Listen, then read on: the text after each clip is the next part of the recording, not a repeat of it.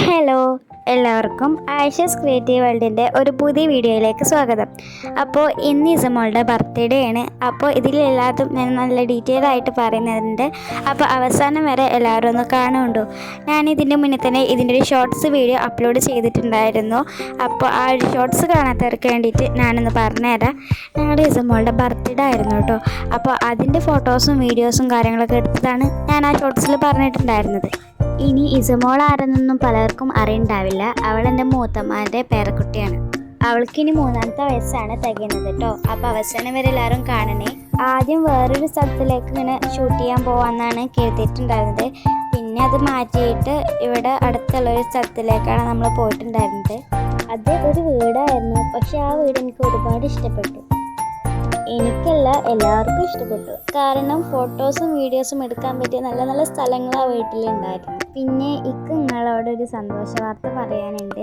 എന്താണെന്ന് വെച്ചാൽ പലർക്കും അറിയുന്നുണ്ടാവും, നമ്മുടെ ചാനലിൽ ഇപ്പോൾ 1K സബ്സ്ക്രൈബേഴ്സായി. അപ്പോൾ ഞാൻ ഒരിക്കലും പ്രതീക്ഷിച്ചിട്ടില്ല ഇങ്ങനെ പെട്ടെന്ന് തന്നെ 1K സബ്സ്ക്രൈബേഴ്സൊന്നും ആവുന്നു. അപ്പോൾ എന്നെ സപ്പോർട്ട് ചെയ്ത എല്ലാവർക്കും വളരെയധികം നന്ദിയുണ്ട്. ഇനി സപ്പോർട്ട് ചെയ്യാതെ കാണുന്നവരുണ്ടെങ്കിൽ നിങ്ങൾക്ക് ഇഷ്ടപ്പെട്ടാൽ ഒന്ന് സപ്പോർട്ട് ചെയ്യണേ. പിന്നെ യൂട്യൂബ് തുടങ്ങാൻ തീരുമാനിക്കുന്നുണ്ടെങ്കിൽ ശരിക്കും നിങ്ങൾ അത്രയും വിശ്വസിച്ച് ചെയ്യുന്ന ഉറപ്പുണ്ടെങ്കിൽ മാത്രം തുടങ്ങിയാൽ മതി. ഞാനിങ്ങനെ പറയാൻ കാരണം എന്താണെന്ന് വെച്ചാൽ എൻ്റെ ഒരു അനുഭവം കൊണ്ട് ഞാൻ പറയുകയാണ്. ശരിക്കും ഈ യൂട്യൂബിൽ നമ്മൾ വിചാരിച്ച മാത്രമല്ല, ഇതിന് പല പല റൂൾസും ഉണ്ട്. ക്രിയേറ്റേഴ്സൊക്കെ ഇങ്ങനത്തെ വീഡിയോസ് ഇടുമ്പോൾ ഇതൊക്കെ ചെയ്യാൻ ഭയങ്കര സിമ്പിളല്ലേ, നമുക്കൊരു ചാനൽ തുടങ്ങിയാലെന്നൊക്കെ പറഞ്ഞിട്ടാണ് തുടങ്ങുക. പക്ഷേ തുടങ്ങുമ്പോഴാണ് അതിൻ്റെ ബുദ്ധിമുട്ട് മനസ്സിലാവുക. പിന്നെ ഏതായാലും തുടങ്ങി വെച്ചില്ലേ, പിന്നെ എത്രയൊക്കെ ആയില്ല. അപ്പം ഞാൻ വിചാരിച്ചിട്ടൊന്ന് മുന്നോട്ട് കൊണ്ടുപോകാൻ ശ്രമിക്കാമെന്ന്.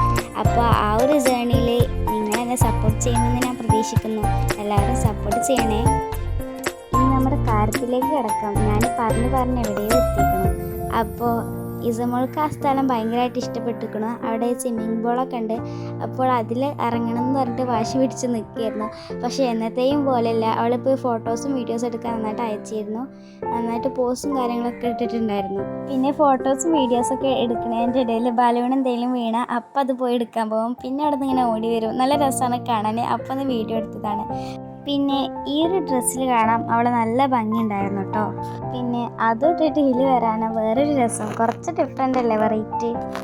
ശരിക്കും അവിടുന്ന് ഇവൾ ഈ ഡ്രസ്സൊക്കെ ഇടാൻ നല്ല ഇഷ്ടമാണ്. കാരണം ഇവൾക്ക് നന്നായിട്ട് പോസ്റ്റ് ഇടാൻ അറിയും. എന്നുവെച്ചാൽ ഇങ്ങനെ ഡ്രസ്സൊക്കെ ഇട്ടിട്ട് ഇവൾക്ക് നന്നായിട്ട് സന്തോഷമായിരുന്നു. പിന്നെ കുറച്ച് ഇതിനൊക്കെ ഇറങ്ങും, പറയണതൊക്കെ നന്നായിട്ട് ചെയ്യുന്നുണ്ടായിരുന്നു. പിന്നെ ആ വീട്ടിൽ പറയുകയാണെങ്കിൽ നല്ല ഫ്രണ്ട്ലി ആയിട്ടുള്ള ആളുകളായിരുന്നു. ഞങ്ങൾക്ക് വെള്ളവും കേക്കും കാര്യങ്ങളൊക്കെ കഴിക്കാൻ വേണ്ടിയിട്ട് തന്നിട്ടുണ്ടായിരുന്നു. ഇനി അവളുടെ അപ്പാൻ്റെ ഭാഗം ഒരു സ്കൂട്ടറും കൂടി ഉണ്ടായിരുന്നു. അതാണ് ഇത്. നല്ല രസമല്ലേ കാണാൻ. ഇനി എന്തൊക്കെയാണ് നടന്നതെന്ന് നിങ്ങളൊന്ന് കണ്ടു നോക്കൂ. ശരിക്കും പറഞ്ഞാൽ മെയ് 30-ാം തീയതിയാണ് ബർത്ത്ഡേ ഉണ്ടായിരുന്നത്. പക്ഷേ 29-ാം തീയതി ഞങ്ങൾ ഫോട്ടോസും വീഡിയോസും കാര്യങ്ങളൊക്കെ എടുക്കാൻ വേണ്ടിയിട്ട് പോയിട്ടുണ്ടായിരുന്നു. ഇനി എൻ്റെ വീഡിയോസൊക്കെ ആദ്യമായിട്ട് കാണുന്നവരാണെങ്കിൽ എൻ്റെ ചാനലിൽ ഞാൻ ചെറുതായിട്ട് ഡ്രോയിങ് ഒക്കെ ചെയ്യുന്നതുകൊണ്ട് തന്നെ കുറച്ച് ഡ്രോയിങ് വീഡിയോസൊക്കെ ഇട്ടിട്ടുണ്ട്. അതൊന്ന് കയറി കണ്ടു നോക്കണേ. അപ്പോൾ അതിൻ്റെ ഫൈനൽ ലുക്ക് ഇതാണ്.